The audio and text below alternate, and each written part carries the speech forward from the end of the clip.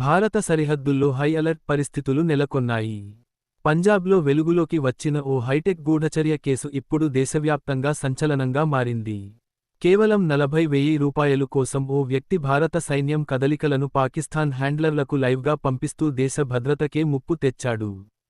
పఠాన్కోట్లోని చక్ ధరీవాల్ ప్రాంతానికి చెందిన Baljit Singh alias bit, Sujanpur సమీపంలోని కీలకమైన NH-44 రహదారి వద్ద దుకాణం నడుపుతున్నాడు.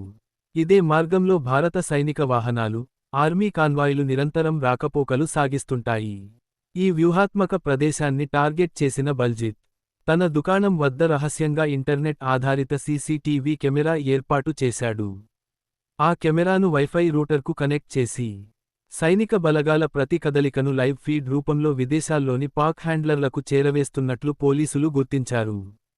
ఈ మొత్తం ఆపరేషన్ వెనుక దుబాయ్కు చెందిన ఓ వ్యక్తి ఉన్నట్లు విచారణలో బయటపడింది.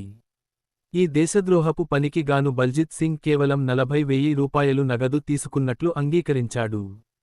సుజన్పూర్ పోలీసులు మెరుపు దాడి చేసి నిందితుడిని అదుపులోకి తీసుకున్నారు. అతడి వద్ద నుంచి గూఢచర్యానికి ఉపయోగించిన సీసీటీవీ కెమెరా, వైఫై రూటర్ను స్వాధీనం చేసుకున్నారు.